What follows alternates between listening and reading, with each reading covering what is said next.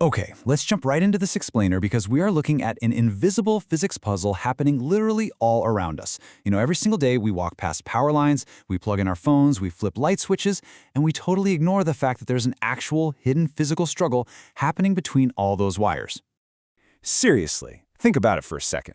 What actually happens when two live wires just sit side by side? You'd probably assume they just peacefully pipe electricity from point A to point B. Totally static, right? Well, no way. They don't just sit there. Because they've got electric currents pumping through them, they generate magnetic fields. And those fields, they cause the wires to actually exert physical force on each other. They're dynamically pushing and pulling. So, Section 1, the golden rule of wires. Now, what's super fascinating here is that it's kind of a paradox, at least if you're used to regular magnets. We're all taught from day one that opposites attract, right? But with parallel wires, it is totally flipped. Currents moving in the exact same direction actually attract each other.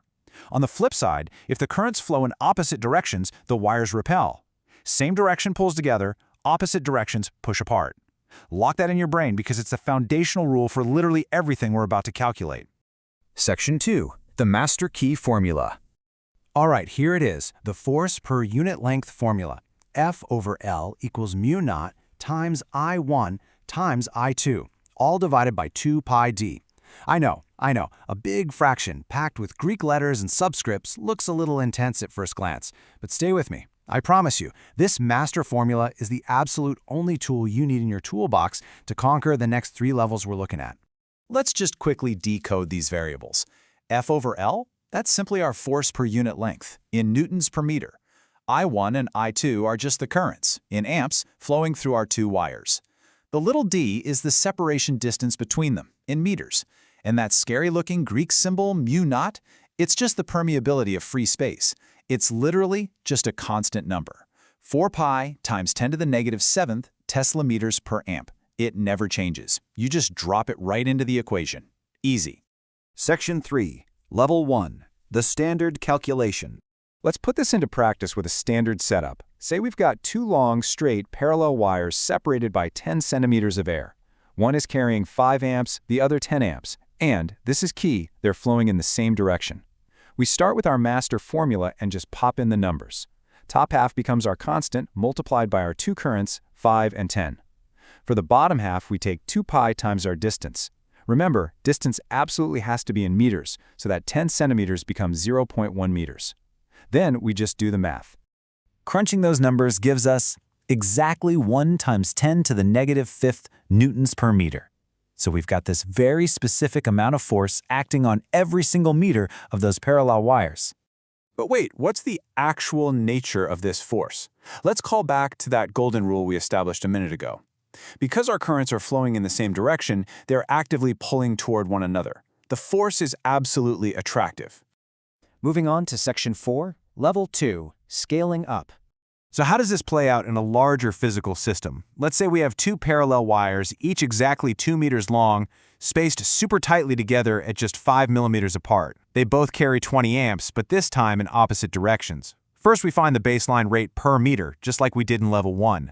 We plug in our mu naught constant, multiply by 20 and 20, and divide by 2 pi times 0.005 meters. Always remember to convert those millimeters. That gives us 0.016 newtons per meter. Now for the scale up. Since the wires are exactly 2 meters long, we just multiply that per meter force by 2.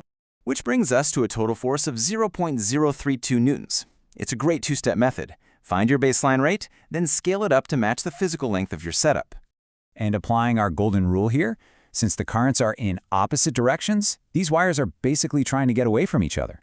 The force is undeniably repulsive, which, as you can imagine, puts real physical strain on whatever brackets or structures are holding those wires in place.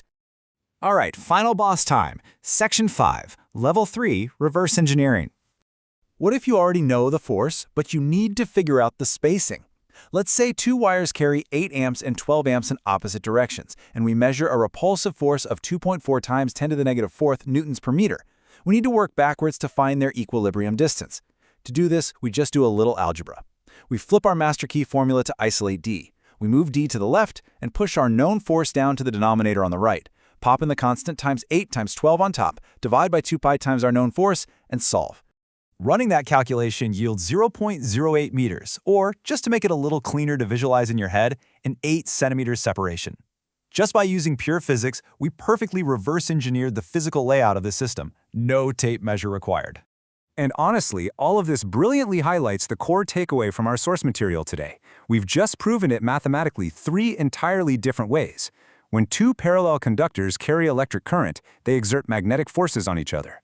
Whether we're finding the baseline force, scaling it up for total physical load, or reverse engineering the distance, the governing physics of the universe remain absolute.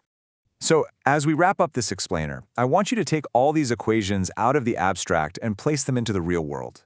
If relatively tiny currents of 10 or 20 amps can cause wires just a few centimeters apart to actively pull together or violently push apart, imagine the invisible forces at play in a massive city power grid.